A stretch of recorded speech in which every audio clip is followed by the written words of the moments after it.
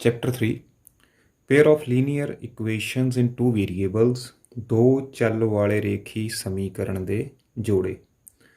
ਸੋ exercise 3.1 start ਕਰਨ ਤੋਂ ਪਹਿਲਾਂ ਅਸੀਂ ਕੁਝ ਬੇਸਿਕਸ ਜਿਹੜੇ ਨੇ ਇਸ ਚੈਪਟਰ ਦੇ ਡਿਸਕਸ ਕਰਦੇ ਹਾਂ।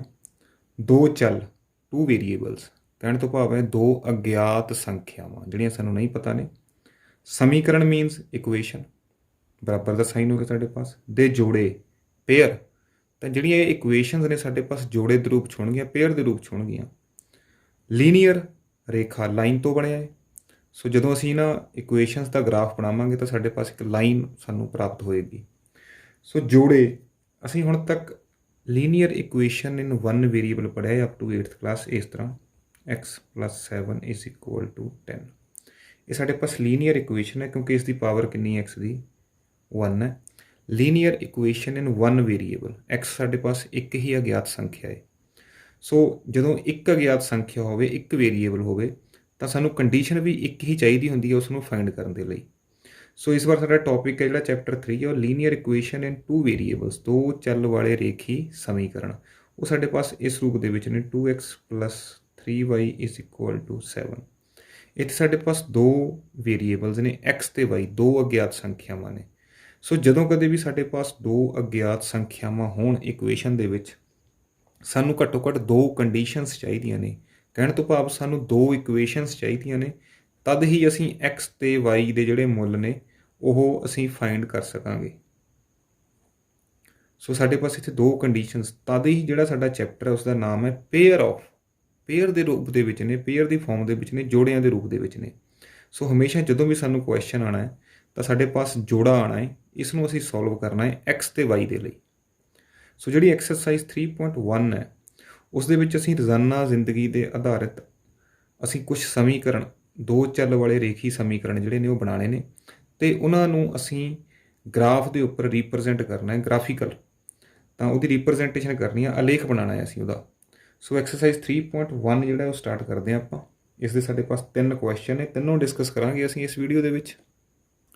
ਸੋ ਐਕਸਰਸਾਈਜ਼ 3.1 ਦਾ ਜੋ ਕੁਐਸਚਨ ਨੰਬਰ 1 ਹੈ, ਬਲਦੇਵ ਆਪਣੀ ਲੜਕੀ ਨੂੰ ਕਹਿੰਦਾ 7 ਸਾਲ ਪਹਿਲਾਂ ਮੈਂ ਤੇਰੇ ਨਾਲੋਂ 7 ਗੁਣਾ ਉਮਰ ਦਾ ਸੀ।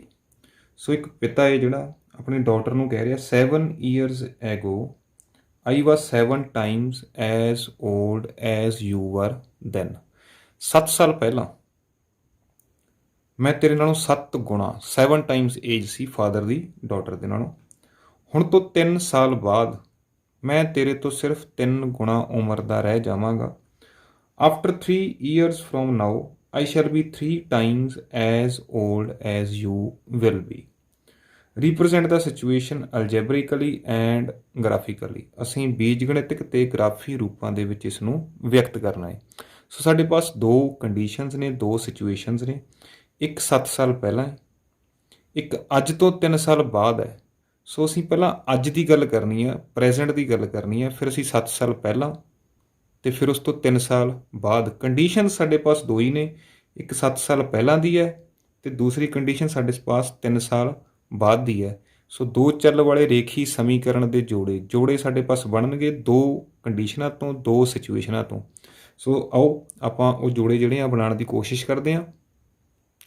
ਸੋ ਪਹਿਲਾ ਸਾਡੇ ਪਾਸ ਸੀਨ ਕੀ ਹੈ ਕਿ ਪਿਤਾ ਦੀ ਪ੍ਰੈਜ਼ੈਂਟ ਏਜ, ਅਸੀਂ ਉਹਦੀ ਪ੍ਰੈਜ਼ੈਂਟ ਏਜ ਨੂੰ x ਈਅਰਸ ਜਿਹੜਾ ਇਹ ਸਪੋਜ਼ ਕਰ ਲੈਂਦੇ ਹਾਂ, ਮੰਨ ਲੈਂਦੇ ਹਾਂ ਕਿ ਅੱਜ ਦੇ ਸਮੇਂ ਦੇ ਵਿੱਚ ਆਫਤਾਬ ਜਿਹੜਾ ਫਾਦਰ ਹੈ ਉਸਦੀ ਜਿਹੜੀ ਉਮਰ ਹੈ ਉਹ x ਈਅਰਸ ਹੈ, x ਸਾਲ ਹੈ। ਅਤੇ ਜਿਹੜੀ ਉਸਦੀ ਬੇਟੀ ਹੈ, ਡਾਟਰ ਹੈ, ਅਤੇ ਉਸਦੀ ਉਮਰ ਕਿੰਨੀ ਹੈ, y ਈਅਰਸ ਹੈ, y ਸਾਲ ਹੈ। ਸੋ ਇਸ ਤੋਂ ਬਾਅਦ ਸਾਡੇ ਪਾਸ ਫਸਟ ਕੰਡੀਸ਼ਨ ਕੀ ਆਉਂਦੀ ਹੈ, ਪਿਤਾ ਕੀ ਕਹਿੰਦਾ ਹੈ ਕਿ 7 years ago 7 ਸਾਲ ਪਹਿਲਾਂ। ਸੋ 7 ਸਾਲ ਪਹਿਲਾਂ ਏਜ ਕਿੰਨੀ ਹੋਏਗੀ? ਜੇਕਰ ਸਪੋਜ਼ ਤੁਹਾਡੀ ਜਿਹੜੀ ਅੱਜ ਦੀ ਏਜ ਹੈ ਉਹ 16 ਹੈ ਜਾਂ 15 ਹੈ, ਤਾਂ ਅੱਜ ਤੋਂ 7 ਸਾਲ ਪਹਿਲਾਂ ਤੁਹਾਡੀ ਕਿੰਨੀ ਏਜ ਰਹੀ ਹੋਏਗੀ? 7 ਅਸੀਂ ਲੈਸ ਕਰ ਦਿਆਂਗੇ ਤਾਂ ਕਿੰਨੀ ਆ ਜਾਏਗੀ? 8। ਇਸੇ ਤਰ੍ਹਾਂ ਅਸੀਂ 7 ਸਾਲ ਪਹਿਲਾਂ ਏਜ ਫਾਈਂਡ ਕਰਨੀ ਹੈ ਆਫਤਾਬ ਦੀ। ਆਫਤਾਬ ਦੀ ਅੱਜ ਏਜ ਕਿੰਨੀ ਹੈ? x, ਤਾਂ 7 ਸਾਲ ਪਹਿਲਾਂ ਕਿੰਨੀ ਹੋਏਗੀ? x - 7 years ਸਾਲ। ਇਸੇ ਤਰ੍ਹਾਂ ਉਸਦੀ ਜਿਹੜੀ ਡਾਟਰ ਹੈ, ਬੇਟੀ ਹੈ, ਧੀ ਹੈ, ਉਸਦੀ ਏਜ ਕਿੰਨੀ ਹੋਏਗੀ? ਉਸ ਦੇ ਵਿੱਚੋਂ ਵੀ ਅਸੀਂ ਅੱਜ ਦੀ ਉਮਰ ਦੇ ਵਿੱਚੋਂ 7 ਸਾਲ ਮਾਈਨਸ ਕਰ ਦਿਆਂਗੇ ਤਾਂ y - 7 years।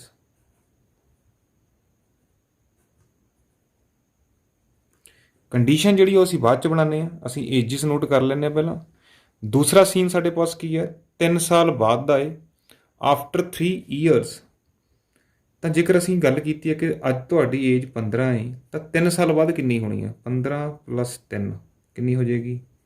18। ਕਹਿਣ ਤੋਂ ਭਾਵ ਕੀ ਹੈ ਕਿ ਤੁਸੀਂ ਆਪਣੀ ਅੱਜ ਦੀ ਏਜ ਦੇ ਵਿੱਚ 3 ਨੂੰ ਕੀ ਕਰੋਗੇ? ਜੋੜੋਗੇ, ਐਡ ਕਰੋਗੇ।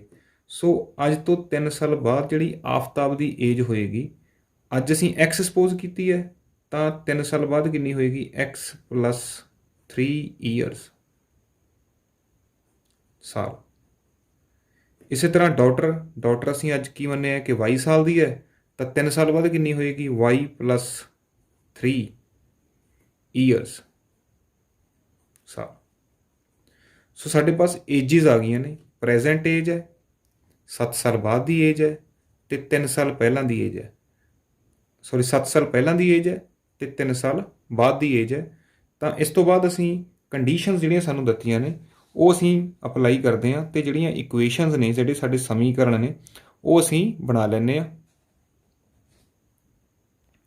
ਸੋ ਫਸਟ ਕੰਡੀਸ਼ਨ ਕੀ ਸੀ ਕਿ 7 ਸਾਲ ਪਹਿਲਾਂ ਜਿਹੜਾ ਪਿਤਾ ਸੀ ਉਹ ਆਪਣੀ ਬੇਟੀ ਤੋਂ 7 ਟਾਈਮ ਸੀ, 7 ਗੁਣਾ ਸੀ। ਜਿਹੜਾ ਪਿਤਾ ਸੀ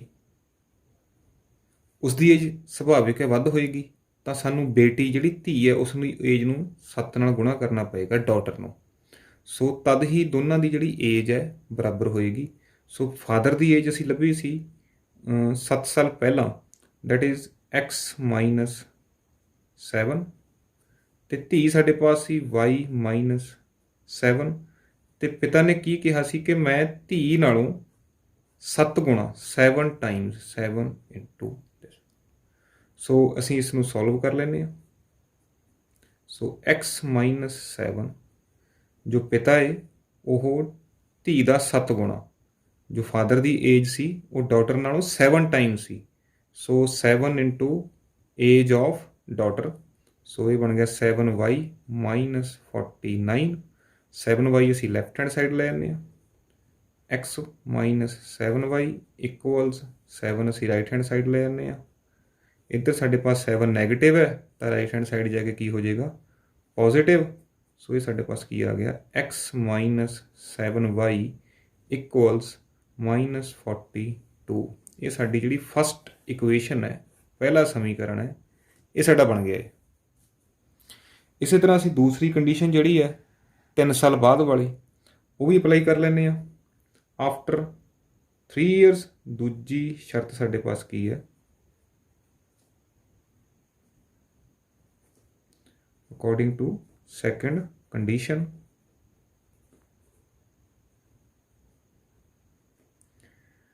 ਤਿੰਨ ਸਾਲ ਬਾਅਦ ਪਿਤਾ ਫਿਰ ਕਹਿੰਦਾ ਹੈ, ਫਾਦਰ ਕੀ ਕਹਿੰਦਾ ਹੈ? ਆਫਟਰ 3 ਈਅਰਸ, 3 ਸਾਲ ਬਾਅਦ ਮੈਂ ਡਾਟਰ ਦਾ 3 ਟਾਈਮਸ ਰਹਿ ਜਾਵਾਂਗਾ। ਡਾਟਰ ਦੀ ਏਜ ਨਾਲੋਂ 3 ਟਾਈਮਸ। ਜੋ ਪਿਤਾ ਹੈ ਉਹ ਧੀ ਦੀ ਉਮਰ ਤੋਂ 3 ਗੁਣਾ। ਸੁਭਾਵਿਕ ਹੈ ਕਿ ਧੀ ਛੋਟੀ ਹੈ ਅਤੇ ਪਿਤਾ ਵੱਡਾ ਹੈ, ਤਾਂ ਸਾਨੂੰ ਛੋਟੇ ਬੰਦੇ ਨੂੰ ਹੀ 3 ਦੇ ਨਾਲ ਗੁਣਾ ਕਰਨਾ ਪਏਗਾ। ਸੋ ਫਾਦਰ ਦੀ ਏਜ 3 ਸਾਲ ਬਾਅਦ ਕਿੰਨੀ ਸੀ? x + 3, ਤਾਂ ਡਾਟਰ ਨੂੰ ਅਸੀਂ y + 3 ਨੂੰ ਅਸੀਂ 3 ਦੇ ਨਾਲ ਕੀ ਕਰ ਦਿੰਦੇ ਹਾਂ? ਮਲਟੀਪਲਾਈ। ਸੋ ਸਾਡੇ ਪਾਸ ਇਕੁਏਸ਼ਨ ਕੀ ਬਣੇਗੀ? x + 3 = 3y + 9। 3y ਅਸੀਂ ਲੈਫਟ ਹੈਂਡ ਸਾਈਡ ਲੈ ਜਾਂਦੇ ਹਾਂ। ਇੱਧਰ ਇਹ ਪੋਜ਼ੀਟਿਵ ਹੈ ਤਾਂ ਲੈਫਟ ਹੈਂਡ ਸਾਈਡ ਜਾ ਕੇ ਨੈਗੇਟਿਵ ਹੋ ਜਾਏਗਾ, ਅਤੇ 3 ਨੂੰ ਅਸੀਂ ਰਾਈਟ ਹੈਂਡ ਸਾਈਡ ਲੈ ਜਾਂਦੇ ਹਾਂ। 3 ਪੋਜ਼ੀਟਿਵ ਹੈ ਤਾਂ ਰਾਈਟ ਹੈਂਡ ਸਾਈਡ ਜਾ ਕੇ ਨੈਗੇਟਿਵ ਹੋ ਜਾਏਗਾ। ਤਾਂ ਸਾਡੇ ਪਾਸ ਇਕੁਏਸ਼ਨ ਕੀ ਬਣ ਜਾਏਗੀ? x - 3y = 6। ਇਹ ਸਾਡੇ ਪਾਸ ਆ ਗਈ ਹੈ ਸੈਕੰਡ ਇਕੁਏਸ਼ਨ। ਦੂਸਰਾ ਸਮੀਕਰਨ ਜਿਹੜਾ ਹੈ ਸਾਡਾ ਤਿਆਰ ਹੋ ਗਿਆ ਹੈ। ਸੋ ਅਸੀਂ ਜੋ ਸਾਡੀ ਡੇਲੀ ਲਾਈਫ ਦੀ ਪ੍ਰੋਬਲਮ ਸੀ, ਇੱਕ ਸਾਨੂੰ ਪਹਿਲੀ ਜਿਹੜੀ ਪੁੱਛੀ ਗਈ ਸੀ, ਉਸਨੂੰ ਅਸੀਂ ਅਲਜੈਬਰਾਇਕ ਫਾਰਮ ਦੇ ਵਿੱਚ ਲਿਖਿਆ ਹੈ। ਇਹ ਸਾਡੇ 2 ਚੱਲ ਵਾਲੇ 2 ਸਮੀਕਰਨ, ਜੋੜਾ ਜਿਹੜਾ ਹੈ, ਪੇਅਰ ਜਿਹੜਾ ਹੈ ਲੀਨੀਅਰ ਇਕੁਏਸ਼ਨਸ ਦਾ, ਉਹ ਤਿਆਰ ਹੋ ਗਿਆ ਹੈ। ਹੁਣ ਅਸੀਂ ਇਸ ਨੂੰ ਗ੍ਰਾਫੀਕਲ ਰਿਪਰਜੈਂਟ ਕਰਨਾ ਹੈ, ਗ੍ਰਾਫ ਬਣਾਉਣਾ ਹੈ। ਸੋ ਗ੍ਰਾਫੀਕਲ ਜਿਹੜਾ ਸੋਲਿਊਸ਼ਨ ਹੈ, ਇੱਕ ਮੈਥਡ ਵੀ ਹੈ ਇਹਨਾਂ ਦੋਨੇ ਇਕੁਏਸ਼ਨਸ ਨੂੰ ਸੋਲਵ ਕਰਨ ਦਾ। ਬਟ ਜਿਹੜੀ 3.1 ਹੈ ਉਸ ਦੇ ਵਿੱਚ ਸਾਨੂੰ ਕੇਵਲ ਅਤੇ ਕੇਵਲ ਗ੍ਰਾਫ ਬਣਾਉਣ ਦੇ ਲਈ ਆਖਿਆ ਗਿਆ ਹੈ। ਸੋਲਵ ਕਰਨ ਦੀ ਟੈਕਨੀਕ ਜਿਹੜੀ ਹੈ ਬੜੀ ਈਜ਼ੀ ਹੈ, ਉਹ 3.2 ਐਕਸਰਸਾਈਜ਼ ਦੇ ਵਿੱਚ ਅਸੀਂ ਡਿਸਕਸ ਕਰਾਂਗੇ। ਅਤੇ ਫਿਲਹਾਲ ਅਸੀਂ ਇਸ ਦਾ ਜਿਹੜਾ ਗ੍ਰਾਫ ਹੈ ਬਣਾ ਲੈਂਦੇ ਹਾਂ, ਅਤੇ ਬੜਾ ਈਜ਼ੀ ਹੈ। ਅਤੇ ਕੁਇਕਲੀ ਅਸੀਂ ਜਿਹੜਾ ਗ੍ਰਾਫ ਹੈ ਡਰਾ ਕਰ ਲੈਂਦੇ ਹਾਂ। ਸੋ ਜੋ ਅਸੀਂ ਗ੍ਰਾਫ ਡਰਾ ਕਰਨਾ ਹੈ ਉਸ ਦੇ ਲਈ ਸਾਨੂੰ ਗ੍ਰਾਫ ਦੇ ਉੱਪਰ ਹਰ ਇਕੁਏਸ਼ਨ ਦੇ ਲਈ, ਹਰ ਸਮੀਕਰਨ ਦੇ ਲਈ 2 ਪੁਆਇੰਟਸ ਚਾਹੀਦੇ ਨੇ। ਤੁਸੀਂ 9th ਕਲਾਸ ਦੇ ਵਿੱਚ ਜਿਹੜਾ ਗ੍ਰਾਫ ਹੈ ਪਲਾਟ ਕੀਤਾ ਹੈ, x, y ਕੋਆਰਡੀਨੇਟਸ ਤੁਹਾਨੂੰ ਗਿਵਨ ਹੁੰਦੇ ਸੀ ਅਤੇ ਤੁਸੀਂ ਇਸ ਤਰ੍ਹਾਂ ਦੇ ਗ੍ਰਾਫ ਦੇ ਉੱਪਰ ਪੁਆਇੰਟਸ ਜਿਹੜੇ ਨੇ ਮਾਰਕ ਕਰਦੇ ਹੋ। ਸੋ ਕੋਈ ਵੀ ਲਾਈਨ ਡਰਾ ਕਰਨ ਵਾਸਤੇ ਸਾਨੂੰ 2 ਪੁਆਇੰਟ ਜਿਹੜੇ ਨੇ ਚਾਹੀਦੇ ਨੇ। ਸਪੋਜ਼ ਇੱਕ ਇੱਥੇ ਦੋਨਾਂ ਨੂੰ ਮਿਲਾ ਦਿਆਂਗੇ ਤਾਂ ਜਿਹੜੀ ਲਾਈਨ ਹੈ ਉਹ ਡਰਾ ਹੋ ਜਾਏਗੀ। ਸੋ ਅਸੀਂ ਇਕੁਏਸ਼ਨ ਦੇ ਵਿੱਚੋਂ 2 ਪੁਆਇੰਟਸ ਜਿਹੜੇ ਨੇ ਫਾਈਂਡ ਕਰਨੇ ਨੇ, ਦੋਵਾਂ ਦੇ ਵਿੱਚੋਂ 2 ਪੁਆਇੰਟ ਇਸ ਸਾਈਡ ਤੋਂ ਅਤੇ 2 ਪੁਆਇੰਟ ਇਸ ਸਾਈਡ ਤੋਂ। ਸੋ ਬੜਾ ਈਜ਼ੀ ਹੈ। ਕੋਸ਼ਿਸ਼ ਕਰਾਂਗੇ ਕਿ ਤੁਹਾਡਾ ਜਿਹੜਾ ਕੁਐਸਚਨ ਹੈ ਬੜਾ ਜਲਦੀ ਨਾਲ ਹੋ ਜੇ। ਬਟ ਅਸੀਂ ਇਸ ਤਰ੍ਹਾਂ ਪੁਆਇੰਟ ਫਾਈਂਡ ਕਰਨੇ ਨੇ। ਇੱਕ ਤਾਂ ਡੈਸੀਮਲ ਫਾਰਮ ਦੇ ਵਿੱਚ ਪੁਆਇੰਟ ਜਿਹੜਾ ਉਹ ਨਹੀਂ ਆਉਣਾ ਚਾਹੀਦਾ, P/Q ਫਾਰਮ 'ਚ ਨਹੀਂ ਆਉਣਾ ਚਾਹੀਦਾ, ਅਤੇ ਬਹੁਤ ਵੱਡਾ ਨਹੀਂ ਆਉਣਾ ਚਾਹੀਦਾ, ਕਿਉਂਕਿ ਜਿਹੜਾ ਸਾਡੇ ਪਾਸ ਗ੍ਰਾਫ ਹੈ ਉਹਦੇ ਪਰ ਸਾਡੇ ਕੋਲ ਮੈਕਸੀਮਮ ਜਿਹੜੇ ਨੇ 10 ਤੱਕ ਪੁਆਇੰਟ ਹੁੰਦੇ ਨੇ। 10 ਤੱਕ ਅਸੀਂ ਈਜ਼ੀਲੀ ਬਣਾ ਲੈਂਦੇ ਹਾਂ। ਅਦਰਵਾਈਜ਼ ਅਸੀਂ 20 ਇਸ ਨੂੰ ਛੋਟਾ ਕਰ ਸਕਦੇ ਹਾਂ, ਬਟ ਫਿਰ ਪੁਆਇੰਟ ਨੂੰ ਫਾਈਂਡ ਕਰਨਾ ਗ੍ਰਾਫ ਦੇ ਉੱਪਰ ਥੋੜ੍ਹਾ ਮੁਸ਼ਕਿਲ ਹੋ ਜਾਂਦਾ ਹੈ।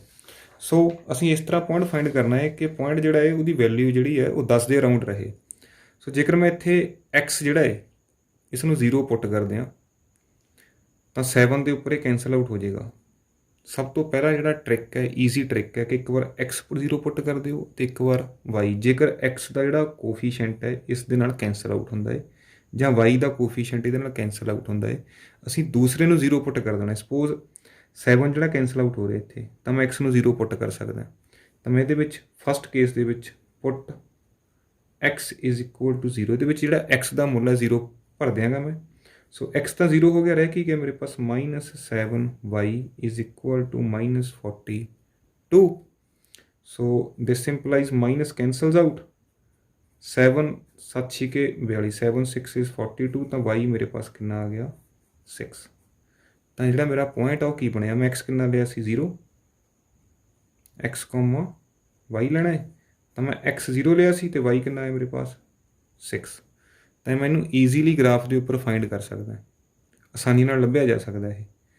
ਹੁਣ ਜੇਕਰ ਮੈਂ ਇੱਥੇ y 0 ਕਰ ਦਿਆਂ ਤਾਂ x ਮੇਰੇ ਪਾਸ ਕਿੰਨਾ ਆ ਜਾਏਗਾ -42। ਬਹੁਤ ਵੱਡੀ ਵੈਲਿਊ ਹੈ।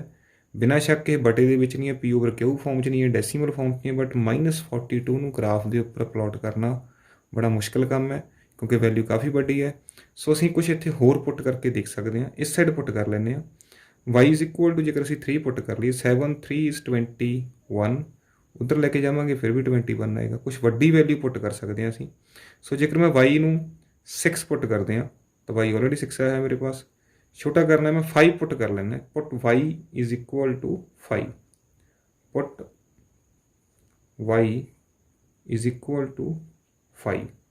ਜਦੋਂ ਮੈਂ 5 ਪੁੱਟ ਕਰਾਂਗਾ 7 5 is 35, 35 ਉੱਧਰ ਜਾ ਕੇ ਕੀ ਹੋ ਜਾਏਗਾ ਪਲੱਸ, ਤਾਂ ਵੈਲਿਊ ਛੋਟੀ ਹੋ ਜਾਏਗੀ ਕਿਉਂਕਿ ਉੱਧਰ ਨੈਗੇਟਿਵ ਸਾਈਨ ਹੈ। ਤਾਂ ਮੇਰੇ ਪਾਸ ਕੀ ਬਣੇਗਾ x - 7 × 5 = -42। ਸੋ x - 35 = -42। 35 ਨੂੰ ਮੈਂ ਰਾਈਟ ਹੈਂਡ ਸਾਈਡ ਲੈ ਜਾਂਦਾ ਹੈ। ਦਿਸ ਇੰਪਲਾਈਜ਼ x = -42 + 35। ਤਾਂ ਇੱਕ ਪੋਜ਼ੀਟਿਵ ਹੈ, ਇੱਕ ਨੈਗੇਟਿਵ ਹੈ, ਅਤੇ ਕੀ ਹੋਣਗੇ ਸਬਟਰੈਕਟ ਹੋਣਗੇ। ਦਿਸ ਇੰਪਲਾਈਜ਼ x = -7। ਸੋ ਜਿਹੜਾ ਸਾਡਾ ਪੁਆਇੰਟ ਹੈ ਦੂਸਰਾ ਉਹ ਕੀ ਬਣ ਜਾਏਗਾ x, y ਫਾਰਮ ਦੇ ਵਿੱਚ। x ਮੇਰੇ ਪਾਸ -7 ਆਇਆ ਹੈ ਅਤੇ y ਮੇਰੇ ਪਾਸ 5 ਆ ਗਿਆ। ਸੋ ਮੇਰੀ ਜਿਹੜੀ ਫਸਟ ਇਕੁਏਸ਼ਨ ਹੈ, ਸਮੀਕਰਨ ਹੈ, ਉਸ ਦੇ ਮੈਂ 2 ਪੁਆਇੰਟ ਫਾਈਂਡ ਕਰ ਲਏ ਨੇ। ਇੱਕ ਇਹ ਫਾਈਂਡ ਕਰ ਲਿਆ ਹੈ, ਇੱਕ ਇਹ ਫਾਈਂਡ ਕਰ ਲਿਆ। ਜਦੋਂ ਮੈਂ ਇਸ ਨੂੰ ਗ੍ਰਾਫ ਦੇ ਉੱਪਰ ਲਗਾਵਾਂਗਾ ਦੋਨਾਂ ਨੂੰ ਮਿਲਾ ਕੇ ਮੇਰੀ ਜਿਹੜੀ ਲਾਈਨ ਹੈ, ਰੇਖਾ ਹੈ, ਉਹ ਤਿਆਰ ਹੋ ਜਾਏਗੀ।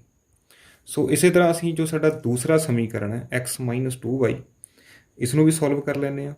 ਤਾਂ ਸਭ ਤੋਂ ਪਹਿਲਾਂ ਜਿਹੜਾ ਮੈਂ ਤੁਹਾਨੂੰ ਟ੍ਰਿਕ ਦੱਸਿਆ ਹੈ ਕਿ ਇੱਕ ਵਾਰ x ਅਤੇ y ਦੇ ਕੋਫੀਸ਼ੀਐਂਟਸ ਜਿਹੜੇ ਨੇ, ਗੁਣਾਂਕ ਜਿਹੜੇ ਨੇ, ਉਹਨਾਂ ਨੂੰ ਚੈੱਕ ਕਰ ਲੈਣਾ ਹੈ ਕਿ ਉਹ 6 'ਤੇ ਕੈਂਸਲ ਆਊਟ ਹੁੰਦੇ ਨੇ। ਜੇਕਰ ਮੈਂ ਇੱਥੇ ਧਿਆਨ ਦਿਆਂ ਤਾਂ 1 ਹੈ, ਤਾਂ ਕਲੀਅਰਲੀ 1 ਜਿਹੜਾ ਹੈ 6 'ਤੇ ਕੈਂਸਲ ਆਊਟ ਹੋ ਹੀ ਜਾਣਾ ਹੈ। ਸੋ ਮੈਂ y ਨੂੰ 0 ਕਰ ਸਕਦਾ ਹੈ ਅਤੇ ਵੈਲਿਊ ਵੀ ਬੜੀ ਛੋਟੀ ਆਏਗੀ। ਸੋ ਮੈਂ ਪੁੱਟ ਕਰ ਸਕਦਾ ਪੁੱਟ y = 0। ਤਾਂ ਮੈਂ ਇਸ ਪਾਰਟ ਨੂੰ 0 ਕਰ ਦਿਆਂਗਾ ਤਾਂ x ਕਿੰਨਾ ਆ ਜਾਏਗਾ ਮੇਰੇ ਪਾਸ 6 ਆ ਜਾਏਗਾ। x - 3 × 0 = 6। So this employees 3 × 0 is 0। So x = ਕੀ ਆ ਗਿਆ 6। ਤਾਂ ਜਿਹੜਾ ਮੇਰਾ ਪਹਿਲਾ ਪੁਆਇੰਟ x, y ਫਾਰਮ ਦੇ ਵਿੱਚ x ਮੇਰੇ ਪਾਸ 6 ਆਇਆ ਹੈ ਅਤੇ y ਮੇਰੇ ਪਾਸ 0 ਹੈ। ਪਹਿਲਾ ਪੁਆਇੰਟ ਈਜ਼ੀਲੀ ਫਾਈਂਡ ਹੋ ਗਿਆ।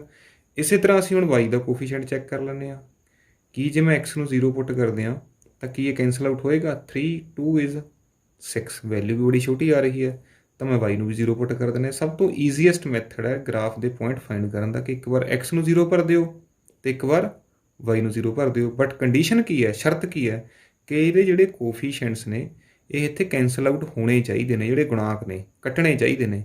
ਜੇਕਰ ਇਹ ਨਹੀਂ ਕੱਟ ਰਹੇ ਤਾਂ ਇਹ ਵਾਲਾ ਜਿਹੜਾ ਟ੍ਰਿਕ ਹੈ ਸਾਡਾ ਫੇਲ ਹੋ ਜਾਏਗਾ। ਸੋ ਸੈਕੰਡ ਟਾਈਮ ਅਸੀਂ ਫਿਰ ਤੋਂ put y x is equal to 0, y ਅਸੀਂ 0 ਭਰ ਚੁੱਕੇ ਹਾਂ, x 0 ਭਰ ਲੈਂਦੇ ਹਾਂ। ਸੋ 0 ਮਾਈਨਸ 3y ਇਕੁਅਲਸ 6, ਸੋ ਮਾਈਨਸ 3y ਇਕੁਅਲਸ 6, ਸੋ 3 ਕੈਂਸਲਸ ਆਊਟ ਤਾਂ y ਕਿੰਨਾ ਆ ਜਾਏਗਾ, ਨੈਗੇਟਿਵ ਸਾਈਨ ਉੱਧਰ ਚਲੇ ਜਾਏਗਾ। 3 2 ਇਜ਼ 6, y ਕਿੰਨਾ ਆ ਗਿਆ ਮੇਰੇ ਪਾਸ -2। ਤਾਂ ਪੁਆਇੰਟ ਕੀ ਬਣਿਆ ਸਾਡਾ x, y ਫਾਰਮ ਦੇ ਵਿੱਚ x ਮੈਂ ਕੀ ਲਿਆ ਇੱਥੇ 0 ਅਤੇ y ਕੀ ਆਇਆ ਮੇਰੇ ਪਾਸ -2। ਤਾਂ ਇਸ ਦੀ ਜਿਹੜੇ ਇਹ ਸਾਡਾ ਸਮੀਕਰਨ ਹੈ ਇਸ ਦੇ ਵੀ 2 ਪੁਆਇੰਟ ਮੇਰੇ ਕੋਲ ਆ ਗਏ ਨੇ, ਇਸ ਦੇ ਵੀ 2 ਪੁਆਇੰਟ ਆ ਗਏ ਨੇ। ਤਾਂ ਅਸੀਂ ਇਹਨਾਂ ਚਾਰੇ ਪੁਆਇੰਟਸ ਨੂੰ ਗ੍ਰਾਫ ਦੇ ਉੱਪਰ ਲਗਾ ਲੈਣਾ। ਪਹਿਲਾਂ 2 ਲਗਾਵਾਂਗੇ, ਲਾਈਨ ਜੁਆਇਨ ਕਰਾਂਗੇ, ਫਿਰ ਇਹ 2 ਲਗਾਵਾਂਗੇ, ਫਿਰ ਤੋਂ ਲਾਈਨ ਜੁਆਇਨ ਕਰਾਂਗੇ ਤਾਂ ਕਿ ਅਸੀਂ ਕਨਫਿਊਜ਼ ਨਾ ਹੋਈਏ ਨਾ ਪੁਆਇੰਟਸ ਦੇ ਵਿੱਚ। ਸੋ ਪਹਿਲਾ ਪੁਆਇੰਟ 0,6, ਸੋ ਇਹ ਸਾਡਾ x ਐਕਸਿਸ, ਇਹ ਅਸੀਂ 9th ਕਲਾਸ ਦੇ ਵਿੱਚ ਸਿੱਖ ਚੁੱਕੇ ਹਾਂ। ਇਹ ਸਾਡਾ y ਐਕਸਿਸ ਹੈ। ਸੋ ਫਸਟ ਪੁਆਇੰਟ ਸਾਡਾ ਪਾਸ ਕੀ ਸੀ 0,6। x ਵੱਲ ਅਸੀਂ ਬਿਲਕੁਲ ਨਹੀਂ ਜਾਣਾ ਹੈ, ਕੇਵਲ ਅਤੇ ਕੇਵਲ ਅਸੀਂ y ਵੱਲ ਜਾਣਾ ਹੈ 0,6। ਸੋ 0,6 x ਵੱਲ ਨਹੀਂ ਮੂਵ ਕਰਨਾ, ਇੱਥੋਂ ਚੱਲਣਾ ਸਟਾਰਟ ਕਰਨਾ। x0 ਨਹੀਂ ਜਾਣਾ ਤਾਂ ਇੱਧਰ ਵੱਲ ਜਾਵਾਂਗੇ, x0 ਇੱਥੇ ਅਤੇ y ਕਿੰਨਾ ਇੱਥੇ ਸਾਡੇ ਪਾਸ 6, 0,6। ਅਤੇ ਦੂਸਰਾ ਪੁਆਇੰਟ ਸਾਡੇ ਪਾਸ ਸੀ -7,5। x ਸਾਡਾ -7 ਆਇਆ ਸੀ, ਸੋ ਇੱਥੋਂ ਅਸੀਂ x ਵੱਲ -7 ਜਾਣਾ ਹੈ, ਇਹ ਹੈ ਸਾਡਾ -7 ਅਤੇ y ਵੱਲ ਅਸੀਂ 5 ਜਾਣਾ ਹੈ। ਸੋ 5 ਪੋਜ਼ੀਟਿਵ ਟਰਮਸ ਉੱਪਰ ਨੇ, 1 2 3 4 5, ਇਹ 5 ਹੈ ਸਾਡਾ ਸਾਹਮਣੇ ਅਤੇ ਸਾਡਾ ਪੁਆਇੰਟ ਕੀ ਬਣ ਗਿਆ ਇਹ ਵਾਲਾ। ਸੋ ਇਹ ਸਾਡਾ ਬਣ ਗਿਆ ਪੁਆਇੰਟ -7,5। ਸੋ ਇਸ ਨੂੰ ਅਸੀਂ ਮਿਲਾ ਲੈਂਦੇ ਹਾਂ ਸਕੇਲ ਦੀ ਹੈਲਪ ਦੇ ਨਾਲ।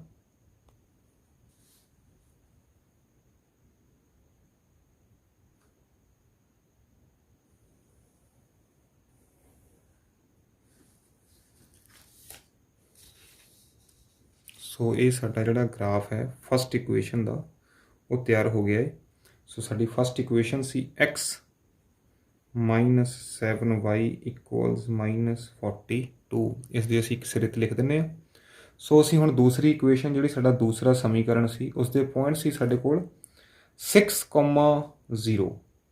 ਸੋ 6,0 ਅਸੀਂ x ਵੱਲ 6 ਜਾਣਾ ਹੈ ਅਤੇ y ਵੱਲ ਬਿਲਕੁਲ ਨਹੀਂ ਮੂਵ ਹੋਣਾ, ਤਾਂ ਇਹ ਪੁਆਇੰਟ ਬਣ ਗਿਆ ਸਾਡਾ 6,0। ਇਸੇ ਤਰ੍ਹਾਂ ਸਾਡੇ ਪਾਸ ਦੂਸਰਾ ਪੁਆਇੰਟ ਸੀ 0,-2। x ਵੱਲ ਬਿਲਕੁਲ ਮੂਵ ਨਹੀਂ ਹੋਣਾ, x 0 ਹੈ ਅਤੇ y ਸਾਡੇ ਪਾਸ ਕਿੰਨਾ ਹੈ -2। ਉੱਪਰ ਪੋਜ਼ੀਟਿਵ ਹੈ y ਅਤੇ ਨੀਚੇ ਨੈਗੇਟਿਵ ਹੈ, ਤਾਂ ਇਹ ਪੁਆਇੰਟ ਬਣ ਗਿਆ 0,-2। ਅਸੀਂ x ਵੱਲ ਬਿਲਕੁਲ ਨਹੀਂ ਸ਼ਿਫਟ ਹੋਏ, ਕੇਵਲ ਅਤੇ ਕੇਵਲ y ਵੱਲ ਆਏ ਹਾਂ। ਤਾਂ ਅਸੀਂ ਸਕੇਲ ਦੀ ਹੈਲਪ ਦੇ ਨਾਲ ਇਹ ਲਾਈਨ ਜਿਹੜੀ ਹੈ ਮਿਲਾ ਦਿੰਦੇ ਹਾਂ। ਤਾਂ ਇਹ ਸਾਡਾ ਜਿਹੜਾ ਦੂਸਰਾ ਸਮੀਕਰਨ ਹੈ ਉਸ ਦਾ ਗ੍ਰਾਫ ਵੀ ਕੀ ਹੈ ਤਿਆਰ ਹੋ ਗਿਆ ਹੈ। ਅਤੇ ਅਸੀਂ ਇੱਕ ਐਂਡ 'ਤੇ ਇੱਕ ਸਿਰੇ 'ਤੇ ਉੱਪਰ ਦੂਸਰਾ ਸਮੀਕਰਨ ਜਿਹੜਾ ਉਹ ਲਿਖ ਦਿੰਦੇ ਹਾਂ x -3y ਇਕੁਅਲਸ 6। ਅਤੇ ਇੱਥੇ ਸਾਡਾ ਜਿਹੜਾ ਕੁਐਸਚਨ ਨੰਬਰ 1 ਹੈ ਉਹ ਕੰਪਲੀਟ ਹੋ ਗਿਆ ਹੈ। ਸੋ ਇਹ ਵਾਲਾ ਜਿਹੜਾ ਗ੍ਰਾਫ ਬਣਾਉਣ ਦਾ ਮੈਥਡ ਹੈ, ਤਰੀਕਾ ਹੈ, ਇਸ ਵਿਧੀ ਦੇ ਨਾਲ, ਇਸ ਮੈਥਡ ਦੇ ਨਾਲ ਅਸੀਂ ਸਮੀਕਰਨ ਹੱਲ ਵੀ ਕਰ ਸਕਦੇ ਹਾਂ ਗ੍ਰਾਫ ਬਣਾ ਕੇ। ਐਕਸਰਸਾਈਜ਼ 3.2 ਦੇ ਵਿੱਚ ਇਸ ਦੇ ਬੇਸਡ ਕੁਐਸਚਨ ਨੇ ਅਤੇ ਇਹੀ ਸੇਮ ਸਾਡੇ ਪਾਸ ਐਕਟੀਵਿਟੀ ਵੀ ਆਉਂਦੀ ਹੈ ਤੁਹਾਨੂੰ 3 ਮਾਰਕਸ ਦੀ, ਜਿਸ ਦੇ ਵਿੱਚ ਅਸੀਂ ਅਲੇਖੀ ਵਿਧੀ ਦੇ ਨਾਲ, ਗ੍ਰਾਫੀਕਲ ਮੈਥਡ ਦੇ ਨਾਲ 2 ਚੱਲ ਵਾਲੇ ਰੇਖੀ ਸਮੀਕਰਨ ਦਾ ਜਿਹੜਾ ਸੋਲਿਊਸ਼ਨ ਹੈ, ਹੱਲ ਹੈ ਜਿਹੜਾ ਪਤਾ ਕਰਨਾ ਹੈ। ਸੋ ਸੇਮ ਕੰਸੈਪਟ ਤੁਸੀਂ ਐਕਟੀਵਿਟੀ ਦੇ ਵਿੱਚ ਵੀ ਯੂਜ਼ ਕਰਨਾ ਹੈ। ਸੋ ਕੁਐਸਚਨ ਨੰਬਰ 2 ਇਸ ਤੋਂ ਬਾਅਦ ਡਿਸਕਸ ਕਰਦੇ ਹਾਂ। ਸੋ ਦੋਸਤੋ, ਜੇਕਰ ਤੁਸੀਂ ਅਜੇ ਤੱਕ ਮੇਰੇ ਚੈਨਲ ਨੂੰ ਸਬਸਕ੍ਰਾਈਬ ਨਹੀਂ ਕੀਤਾ ਹੈ, ਪਲੀਜ਼ ਸਬਸਕ੍ਰਾਈਬ ਮਾਈ ਚੈਨਲ ਤਾਂ ਕਿ ਤੁਹਾਨੂੰ ਲੇਟੈਸਟ ਵੀਡੀਓਜ਼ ਦੇ ਰੈਗੂਲਰ ਅਪਡੇਟਸ ਜੋ ਨੇ ਉਹ ਮਿਲਦੇ ਰਹਿਣ। ਅਤੇ ਜੇਕਰ ਵੀਡੀਓ ਅੱਛੀ ਲੱਗੇ ਤਾਂ ਪਲੀਜ਼ ਵੀਡੀਓ ਨੂੰ ਲਾਈਕ ਅਤੇ ਬਾਕੀ ਸਾਥੀਆਂ ਦੇ ਨਾਲ ਸ਼ੇਅਰ ਜ਼ਰੂਰ ਕਰ ਦਿਆ ਕਰੋ। ਕੌਮੈਂਟ ਸੈਕਸ਼ਨ ਦੇ ਵਿੱਚ ਜਾ ਕੇ ਜੇਕਰ ਤੁਹਾਡੀ ਕੋਈ ਵੀ ਕੁਐਰੀ ਹੈ ਤਾਂ ਕੌਮੈਂਟ ਜ਼ਰੂਰ ਕਰੋ। ਤੇ ਹੁਣ ਅਸੀਂ ਡਿਸਕਸ ਕਰਦੇ ਹਾਂ question number 2। So question number 2 ਸਾਡੇ ਪਾਸ ਕੀ ਹੈ, the coach of a cricket team buys 3 bats and 6 balls for 3900। ਕਿਸੇ ਕ੍ਰਿਕਟ ਟੀਮ ਦੇ ਕੋਚ ਨੇ 3900 ਰੁਪਏ ਦੇ ਵਿੱਚ 3 ਬੱਲੇ ਤੇ 6 ਗੇਂਦਾਂ ਖਰੀਦੀਆਂ ਨੇ। ਬਾਅਦ ਵਿੱਚ ਉਸਨੇ ਇੱਕ ਹੋਰ ਬੱਲਾ ਤੇ ਉਸੇ ਤਰ੍ਹਾਂ ਦੀਆਂ 2 ਗੇਂਦਾਂ 1300 ਰੁਪਏ ਵਿੱਚ ਖਰੀਦੀਆਂ। Later she buys another bat and 3 more balls of the same kind for rupees 1300। represent this situation algebraically and geometrically। ਇਸ ਸਥਿਤੀ ਨੂੰ ਬੀਜ ਗਣਿਤਿਕ ਤੇ ਜਿਓਮੈਟਰੀ ਰੂਪਾਂ ਦੇ ਵਿੱਚ ਵਿਅਕਤ ਕਰੋ। ਸੋ ਅਸੀਂ 2 ਇਕੁਏਸ਼ਨਸ ਬਣਾਉਣੀਆਂ ਨੇ, ਸਮੀਕਰਨ ਬਣਾਉਣੇ ਨੇ ਤੇ ਉਹਨਾਂ ਦਾ ਕੀ ਬਣਾਉਣਾ ਹੈ, ਗ੍ਰਾਫ ਆਲੇਖ ਖਿੱਚਣਾ ਹੈ ਅਸੀਂ, ਜਿਓਮੈਟਰੀਕਲ ਫਾਰਮ ਦੇ ਵਿੱਚ ਵੀ ਐਕਸਪ੍ਰੈਸ ਕਰਨਾ ਹੈ। ਸੋ ਸਾਡੇ ਪਾਸ ਕੀ ਹੈ, ਇੱਕ ਬੱਲਾ ਹੈ ਤੇ ਇੱਕ ਗੇਂਦ ਹੈ। ਸੋ ਸਾਡੇ ਪਾਸ 2 ਚੀਜ਼ਾਂ ਨੇ ਜਿਹੜੀਆਂ ਅਗਿਆਤ ਸੰਖਿਆਵਾਂ ਨੇ, ਬੱਲੇ ਦਾ ਰੇਟ ਤੇ ਗੇਂਦ ਦਾ ਰੇਟ। ਦੋਨਾਂ ਦੇ ਮੁੱਲ ਜਿਹੜੇ ਨੇ, ਦੋਨਾਂ ਦੀ ਜਿਹੜੀ ਵੈਲਿਊ ਹੈ, ਜਿਹੜੀ ਕਾਸਟ ਹੈ, ਉਹ ਸਾਨੂੰ ਨਹੀਂ ਪਤਾ ਹੈ। ਸੋ ਅਸੀਂ ਇਹਨਾਂ ਦੋਵਾਂ ਦੀ ਜਿਹੜੀ ਕਾਸਟ ਹੈ ਉਹ ਸਪੋਜ਼ ਕਰ ਲਾਂਗੇ ਤੇ ਜਿਹੜੀਆਂ 2 ਕੰਡੀਸ਼ਨਸ ਨੇ ਇਹਨਾਂ ਦੇ ਵਿੱਚੋਂ ਅਸੀਂ 2 ਇਕੁਏਸ਼ਨਸ ਜਿਹੜੀਆਂ ਨੇ ਬਣਾਵਾਂਗੇ। ਸੋ ਫਸਟ ਜਿਹੜੀ ਚੀਜ਼ ਮਿਸਿੰਗ ਹੈ ਉਹ ਸਾਡੇ ਪਾਸ ਕਾਸਟ ਹੈ ਬੈਟ ਦੀ, ਬੱਲੇ ਦੀ ਕੀਮਤ। ਸੋ ਅਸੀਂ ਸਪੋਜ਼ ਕਰ ਲੈਂਦੇ ਹਾਂ ਕਿ ਕਾਸਟ ਆਫ 1 ਬੈਟ ਕੀ ਹੈ, ਰੁਪੀਜ਼ x ਰੁਪਏ ਹੈ, ਇੱਕ ਬੱਲੇ ਦੀ ਕੀਮਤ ਹੈ ਜਿਹੜੀ। ਇਸੇ ਤਰ੍ਹਾਂ ਬਾਲ ਜਾਂ ਗੇਂਦ ਦੀ ਕੀਮਤ ਨੂੰ ਅਸੀਂ ਕੀ ਮੰਨ ਲੈਂਦੇ ਹਾਂ ਕਿ ਰੁਪੀਜ਼ y ਹੈ, y ਰੁਪਏ ਹੈ। ਤਾਂ ਹੁਣ ਸਾਡੇ ਪਾਸ ਇਹਨਾਂ ਦੇ ਆਧਾਰਿਤ ਕੋਈ ਹੋਰ ਸਿਚੁਏਸ਼ਨ ਨਹੀਂ ਦਿੱਤੀ ਹੈ, ਜਿਵੇਂ ਪਿਛਲੀ ਕੁਐਸਚਨ ਦੇ ਵਿੱਚ 7 ਸਾਲ ਪਹਿਲਾਂ ਜਾਂ 3 ਸਾਲ ਬਾਅਦ ਇੱਦਾਂ ਦੀ ਗੱਲ ਕੀਤੀ ਗਈ ਸੀ। ਡਾਇਰੈਕਟ ਸਾਨੂੰ ਕੰਡੀਸ਼ਨਾਂ ਦਿੱਤੀਆਂ ਗਈਆਂ ਨੇ। ਸੋ ਫਸਟ ਕੰਡੀਸ਼ਨ ਦੇ ਵਿੱਚ ਜਿਹੜਾ ਕੋਚ ਹੈ ਉਹ ਕੀ ਕਰਦਾ ਹੈ, 3 ਬੱਲੇ ਖਰੀਦਦਾ ਹੈ, 3 ਬੈਟ ਪਲੱਸ ਤੇ 6 ਬਾਲਸ ਖਰੀਦਦਾ ਹੈ। ਦੋਵਾਂ ਨੂੰ ਮਿਲਾ ਕੇ ਦੋਨਾਂ ਦੇ ਜਿਹੜੇ ਪੈਸੇ ਨੇ ਉਹ ਕਿੰਨੇ ਦਿੰਦਾ ਹੈ, 3900। ਸੋ ਬੈਟ ਦੀ ਜਗ੍ਹਾ ਤੇ ਅਸੀਂ ਕੀ ਲੈਣਾ ਹੈ, x 3x ਪਲੱਸ ਬਾਲ ਦੀ ਜਗ੍ਹਾ ਤੇ ਅਸੀਂ ਕੀ ਲੈਣਾ, ਬਾਲ ਦੀ ਕੀਮਤ ਕਿੰਨੀ ਹੈ, 6 × y। ਸੋ 3 ਬੈਟਾਂ ਦੀ ਕੀਮਤ ਹੋ ਗਈ 3 ਗੁਣਾ 1 ਬੈਟ ਦੀ ਕੀਮਤ 3x ਤੇ 6 ਬਾਲਾਂ ਦੀ ਕੀਮਤ ਕਿੰਨੀ ਹੋ ਗਈ, 6 ਗੁਣਾ 1 ਬਾਲ ਦੀ ਕੀਮਤ, ਕਾਸਟ ਆਫ 1 ਬਾਲ ਅਸੀਂ 6 ਨਾਲ ਮਲਟੀਪਲਾਈ ਕਰ ਲਿਆ ਤੇ ਦੋਨਾਂ ਨੂੰ ਮਿਲਾ ਕੇ ਅਸੀਂ ਪੇ ਕਿੰਨਾ ਕੀਤਾ, 3900। ਜੇਕਰ ਮੈਂ ਧਿਆਨ ਨਾਲ ਦੇਖਾਂ ਇਹ ਸਾਰੇ 3 ਦੇ ਟੇਬਲ ਤੇ ਕੈਂਸਲ ਆਊਟ ਹੁੰਦੇ ਨੇ। 3 1 is 3, 3 2 is 6, 13 3 is 3, 39, 13 3 39। ਸੋ ਮੈਂ 3 ਦੇ ਨਾਲ ਇਹਨਾਂ ਨੂੰ ਕੈਂਸਲ ਆਊਟ ਕਰ ਲੈਣਾ ਤਾਂ ਕਿ ਜਿਹੜਾ ਮੇਰਾ ਕੁਐਸਚਨ ਹੈ ਥੋੜ੍ਹਾ ਈਜ਼ੀ ਹੋ ਜੇ। ਸੋ 3 ਤੇ ਕੈਂਸਲ ਆਊਟ ਕਰਨ ਤੋਂ ਬਾਅਦ 3 1 is 3, 3 2 is 6, 13 3 is 39। ਸੋ 13 3 39 ਇਹ ਮੇਰੀ ਫਸਟ ਇਕੁਏਸ਼ਨ ਬਣ ਗਈ ਹੈ। ਇਹ ਮੇਰਾ ਪਹਿਲਾ ਸਮੀਕਰਨ ਜਿਹੜਾ ਇਹ ਬਣ ਗਿਆ ਹੈ। ਸੋ ਇੱਥੇ ਮੈਂ x ਜਾਂ y ਦੀ ਵੈਲਿਊ ਸਬਸਟੀਟਿਊਟ ਕਰਕੇ ਗ੍ਰਾਫ ਦੇ ਉੱਪਰ 2 ਪੁਆਇੰਟਸ ਫਾਈਂਡ ਕਰ ਲਾਂਗਾ ਤੇ ਗ੍ਰਾਫ ਦੇ ਉੱਪਰ ਉਹਨਾਂ ਨੂੰ ਅਲੇਖਿਤ ਕਰ ਦਿਆਂਗਾ। ਇਸੇ ਤਰ੍ਹਾਂ ਦੂਸਰੀ ਕੰਡੀਸ਼ਨ ਹੈ ਸਾਡੇ ਪਾਸ, ਸੇਮ ਬੈਟ ਤੇ ਸੇਮ ਬਾਲ ਅਸੀਂ ਦੁਬਾਰਾ ਬਾਏ ਕਰਨੇ ਨੇ। ਉਸੇ ਤਰ੍ਹਾਂ ਦੀਆਂ 2 ਗੇਂਦਾਂ ਤੇ 1 ਬੱਲਾ 1 ਬੈਟ। ਸੋ 1 ਅਸੀਂ ਬੈਟ ਖਰੀਦਣਾ ਹੈ ਤੇ 2 ਅਸੀਂ ਬਾਲ, ਦੋਨਾਂ ਨੂੰ ਮਿਲਾ ਕੇ ਪੇ ਕਿੰਨਾ ਕੀਤਾ ਅਸੀਂ, 1300।